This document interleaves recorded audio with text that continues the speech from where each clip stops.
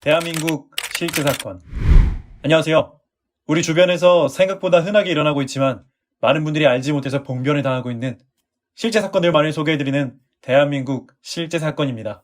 오늘 소개해드릴 실제 사건은 코골이를 별거 아닌 걸로 생각해서 고치지 않고 방치했던 60대 남성에게 일어난 안타까운 사연입니다. 대한민국에서 실제로 벌어진 일이고 우리 일상에서도 직접 겪을 확률이 높은 사고인 만큼 오늘 영상을 반드시 보셔야 합니다. 서울특별시 양천구의 62세 남성 장기훈 씨에게 일어난 일입니다. 무역회사에서 30년 넘게 재직하다가 정년을 맞아 퇴직한 기훈 씨는 그간 쌓은 인맥과 실력, 무역 아이템을 기반으로 스타트업 창업을 하게 되었습니다. 기훈 씨는 무역품 빅데이터 분석 시스템을 구축하기 위해 늦은 나이에 프로그래밍을 배웠고 실시간으로 환율을 체크하며 해외 바이어와 새벽까지 통화를 이어가는 등 매우 바쁜 나날을 보냈습니다. 창업 초기였기에 직원을 많이 쓸 수가 없었으므로 기훈 씨는 직접 제품 라벨링을 부착하고 재고 관리에 나서는 등 눈코 뜰 새 없이 일에만 매진해야만 했죠. 그렇게 기훈 씨는 2년간 과중한 업무에 시달렸고 잠을 줄여 일하느라 만성 피로에 시달리게 되었습니다. 기훈 씨는 업무 중에 졸음을 못 이기고 깜빡깜빡 졸기 일쑤였고 장거리 운전을 하게 되면 꼭 졸음 쉼터에서 30분씩 수면을 취해야만 운전을 계속할 수가 있었죠. 심지어 밤에 잠을 들 때도 숙면을 취하기가 어려웠습니다. 게다가 기훈 씨의 코골이가 너무나 심해진 나머지 기훈 씨의 아내는 귀마개를 껴도 같이 못 자겠다며 걸핏하면 딸의 방으로 피신을 하는 것이었습니다. 짧고 굵은 목으로 인해 코골이가 심한 것은 원래부터 기훈 씨의 집안 내력이었습니다만 그간의 과중한 업무로 인해 기훈 씨의 코골이 버릇이 더 심해진 모양이었습니다. 가뜩이나 사업에 열중하느라 집에도 늦게 들어오는 판국에 기훈 씨가 퇴근 후 코골이로 곤히 자는 아내를 깨우기까지 했으니 부부 사이가 소원해지고 말았던 것이죠. 기훈 씨는 이게 다 가족을 위해서 하는 일인데 인정받지 못한다는 생각에 심하게 스트레스를 받았고 이따금은 우울감을 겪을 정도였는데요. 그런 기훈 씨가 스트레스를 이겨내는 방법은 흡연과 음주, 그리고 매일 밤마다 야식을 섭취하는 것뿐이었죠.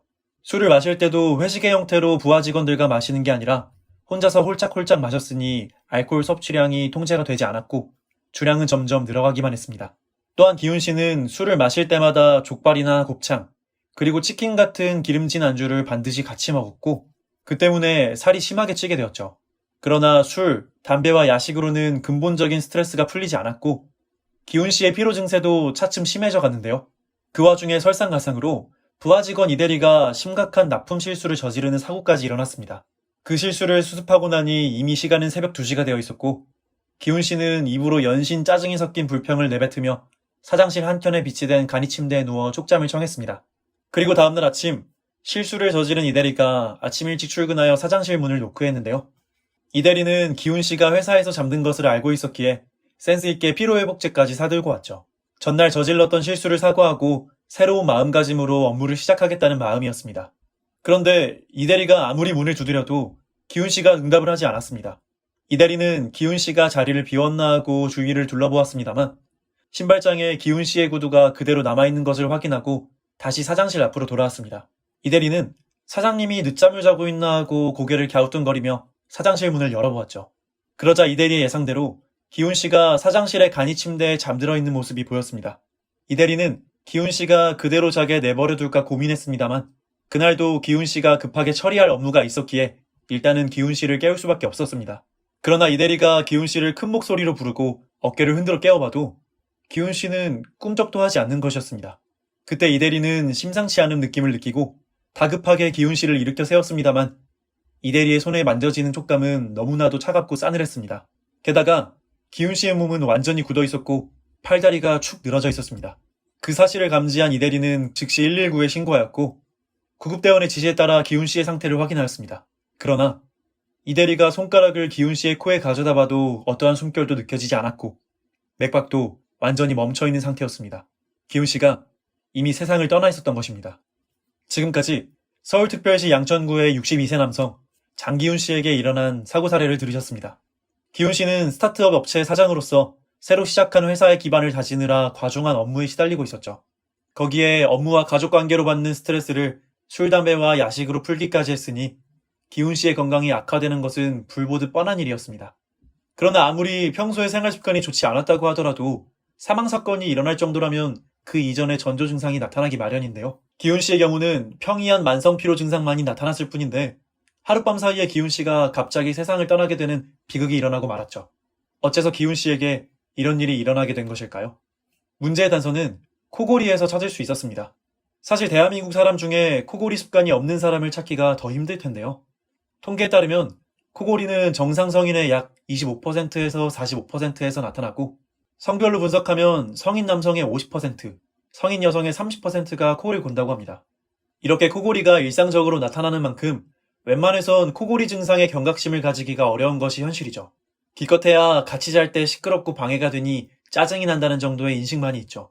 그러나 코골이 환자의 5%에서 10%에게는 아주 무서운 증상이 나타나게 되는데요. 그것이 바로 기훈 씨의 목숨을 앗아간 질병 수면 무호흡증이었습니다. 수면 무호흡증이란 말 그대로 잠을 자던 도중에 호흡이 갑자기 멈추는 증상을 의미합니다. 숨을 쉬고자 하는 것은 인간의 본능인데 아무리 숨을 쉬려고 해도 숨이 쉬어지질 않는 것이죠. 수면 무호흡증의 원인은 공기가 드나드는 통로인 기도가 차단되었기 때문인데요. 항상 열려 있어야 하는 기도가 아예 붙어버리는 협착 현상이 발생함으로써 무호흡증이 발생하게 되는 겁니다.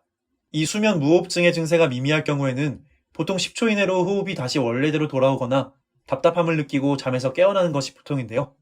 그러나 증세가 심각하여 호흡 중지 시간이 길어질 경우 기훈 씨의 사례처럼 심장의 산소 공급이 차단되어 심장 질환으로 급사하게 될 수 있는 것입니다. 또한 심근경색이나 협심증 같은 직접적인 사인이 유발되지 않더라도 수면 무호흡증은 뇌졸중, 뇌경색, 치매, 고혈압이나 부정맥 같은 중대 질환을 일으킬 수 있기에 대단히 위험한 질병인 것이죠. 연구 결과에 따르면 뇌혈관 질환 환자의 약 70% 정도에게 수면 무호흡증이 발견되었으며 중증도 이상의 수면 무호흡증일 경우 정상 수치보다 4배 높은 확률로 뇌질환을 유발하게 됩니다. 이러한 심각한 합병증이 일어나지 않더라도 수면 무호흡증이 발생하면 수면증의 잦은 기상과 함께 낮 시간에 심한 피로감이 나타나 삶의 질을 크게 저하시키기에 반드시 조기에 치료해야 하는 것입니다. 그리고 수면 무호흡증은 성인에게만 일어나는 질병이 결코 아닌데요. 소아 인구 중에서도 7.5%에게는 습관성 코골이 증상이 일어나게 되고 이 가운데 1%에서 4%는 수면 무호흡증이 발생한다는 연구 결과가 존재합니다. 소아에게 수면 무호흡증이 일어나게 되면 주의력 결핍이나 성장장애, 학업부심 같은 증상이 유발될 수 있기에 어떤 의미에서는 성인보다도 위험할 수가 있는 것입니다. 그렇다면 장기훈 씨의 사례와 같은 수면 무호흡증 사고를 예방하기 위해서는 어떻게 해야 하는 걸까요? 수면 무호흡증 예방을 위해서는 무엇보다도 코골이를 경계하시는 것이 중요합니다. 코골이는 수면 무호흡증의 가장 대표적인 증상이며 코골이와 함께 낮 동안에 심한 피로감을 느끼거나 졸음이 자주 찾아온다면 수면 무호흡증을 강하게 의심해 볼 수가 있는 것입니다.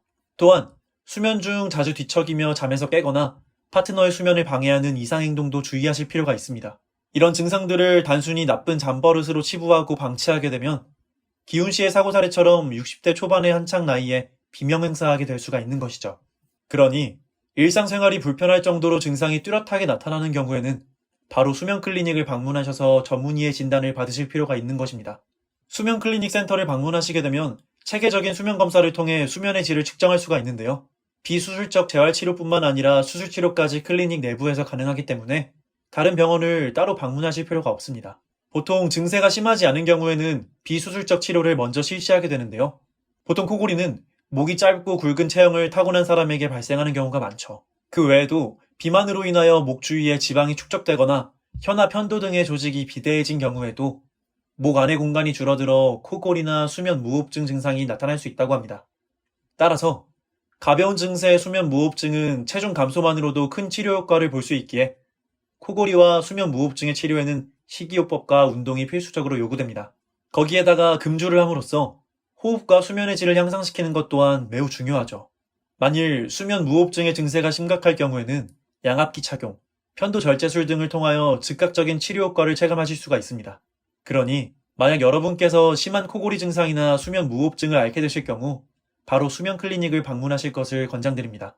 오늘은 수면 무호흡증을 방치한 피해자가 밤중에 갑작스레 사망한 사고 사례, 그리고 수면 무호흡증의 위험성과 예방법에 대해서 상세히 알아보았습니다. 우리 주변에서 흔하게 일어나는 충격적인 실제 사건들과 그것을 예방하는 방법까지 알려드리는 대한민국 실제 사건. 오늘의 사연은 여기서 마치겠습니다. 구독과 좋아요는 저에게 큰 힘이 됩니다. 더 좋은 영상으로 찾아뵙겠습니다. 감사합니다.